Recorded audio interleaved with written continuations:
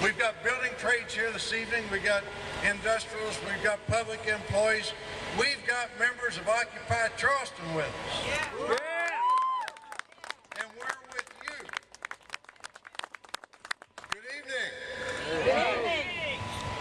I say that with excitement because there's a group of people here ready to raise some hell.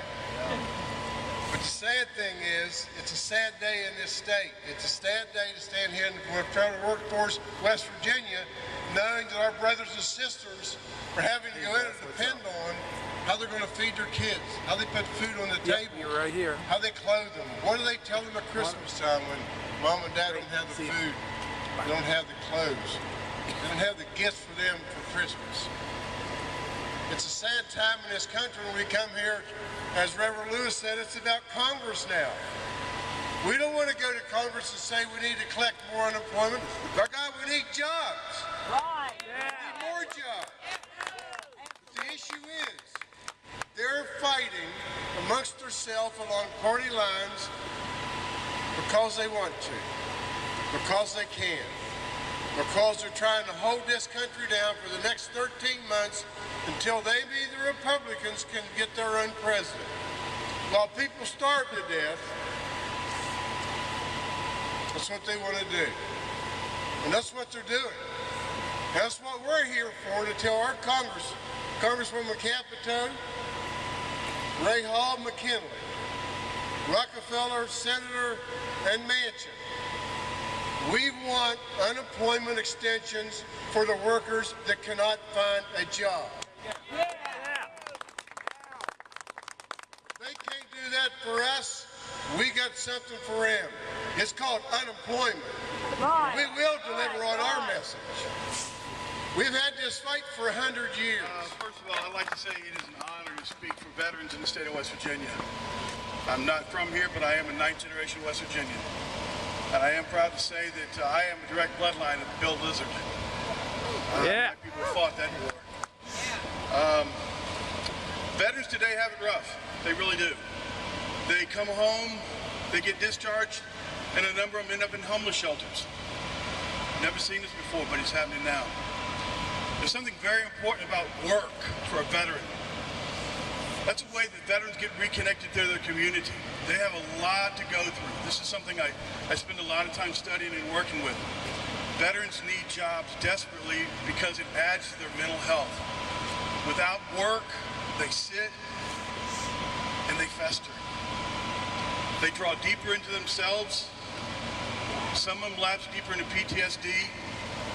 Some of them go deeper into alcoholism, substance abuse. For the first 5 years of your discharge, you're 70% likelier to commit suicide than a non-veteran. That's a statistic that is just absolutely unbelievable. It's unacceptable too. And when you take away a man's ability to work and to earn for his family and to provide for his family, you're striking at his very heart. This is something that he went overseas, she went overseas, they went overseas to protect. They answered the call. West Virginians do it every day. I might bring to your attention that those fat cats in Washington, D.C. that are not wanting to extend unemployment benefits, they probably sit around and talk about how stressful their world is. I can't imagine a more stressful world than not having a place to sleep, or a meal to eat, or unable to feed a child. That's stress. Something that haunts me all the time. The other day I was on the telephone with someone, and they asked me if I could be somewhere the next week on Wednesday, and I said, sure, I'll put it in my calendar, I'll be there. And then I laughed and I said, I don't know if I'll be here next Wednesday. None of us know if we're going to be here next Wednesday. None of us know. And those guys that are overseas, they don't know where they're going to be next. Thank you for what you had to say, by the way. And you know, Shelley Moore Capito, I've got to say this. Help send us over there. And we can do better than just have a homeless shelter for them when they come back. She cut the ribbon for that shelter.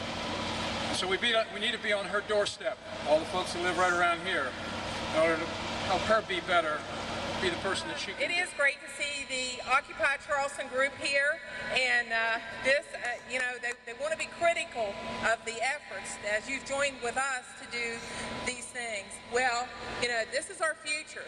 These folks taking time out to get out there and really rally and talk to people, to educate on what this is all about.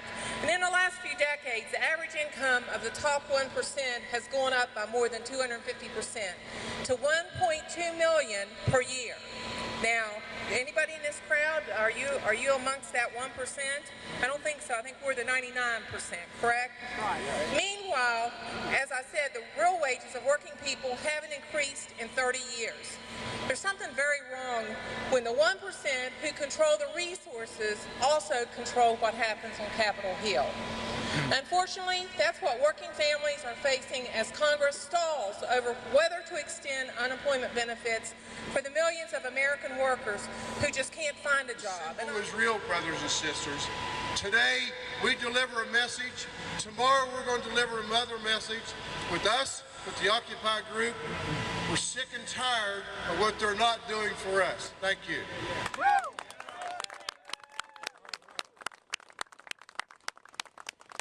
That's the phony fat cat, but there's some real live ones gonna get this message.